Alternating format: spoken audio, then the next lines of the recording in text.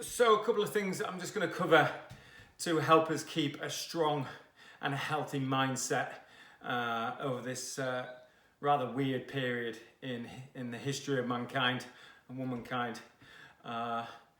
Something we really need to implement to keep us going and keep us focused and come out the other side fit, not just physically, but mentally. So, two of the things we definitely need are both routine and goals. Human beings thrive on routine and they get a little bit lost without routine. We need a raison d'etre, we need a reason to get up. So let's cover routine then. So one of the things we should do during this period is, during the working week, whatever that is nowadays or was, we should set ourselves a time to go to bed. Make sure we stick to that time, and also a time to rise. So we're getting up at the same time, we're going to bed at the same time. Before we go to bed, we should plan our next day's events, what we're going to do, and make sure we have some of those planned in for the day. And then get up. And, it also helps the circadian rhythm.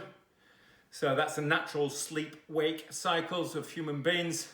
We find they slip into a rhythm, and the human body wants that rhythm, and it finds it gets deeper sleep and greater REM, which is our recovery phase, and that's usually between 2 and 6 a.m. Is when we really mentally recover. So if that's disrupted or shallow, that's when we feel a little bit down or less focused, a bit more jittery and edgy.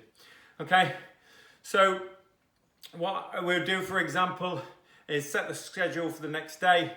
My schedule, for an example, would be rise, get washed, have coffee and breakfast.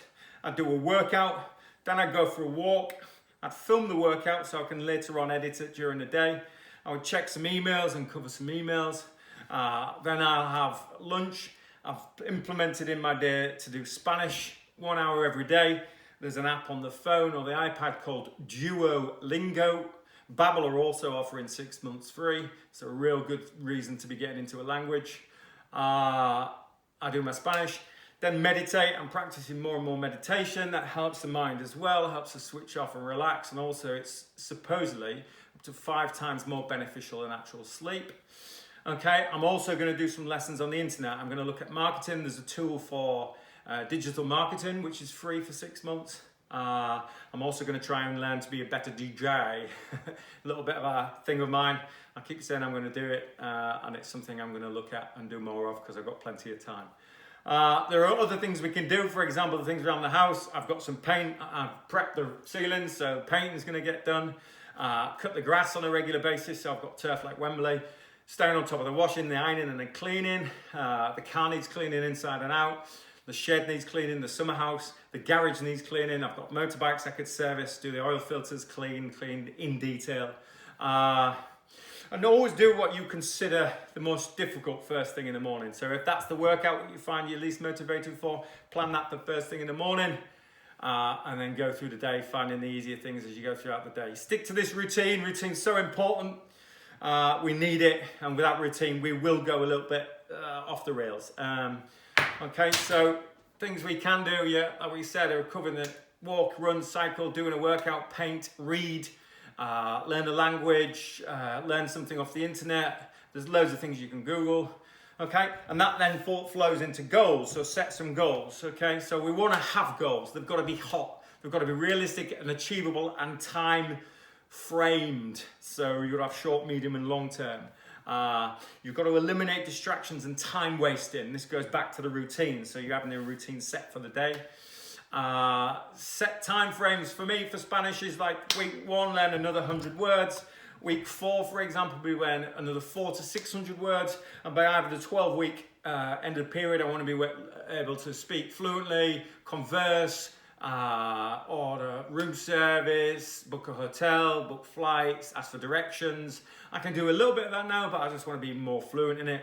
So that's my goal. Write these goals down and constantly remind yourself of your goals. That's why we write them down, stick them on the fridge. Really useful thing to do. Another goal of mine is to work out consistently. So it might be 3 times a week for you. For me, it's every day, certainly during the working week. Other goals we could have would be, as I say, learn a language, learn yoga, Pilates, meditate, improve meditation so I can do it almost within 5 minutes and be straight into the zone. Fix the fence, fix the garage, fix the leak, learn new recipes on the internet. We've got Wi-Fi. We're very lucky this day and age. We've got so much access. FaceTime a friend you haven't spoke to. FaceTime your family and friends. Do a group FaceTime so you can all get involved and you're socializing without being within the same room. Write a budget. Very austere times at the moment, so a budget would be very prudent.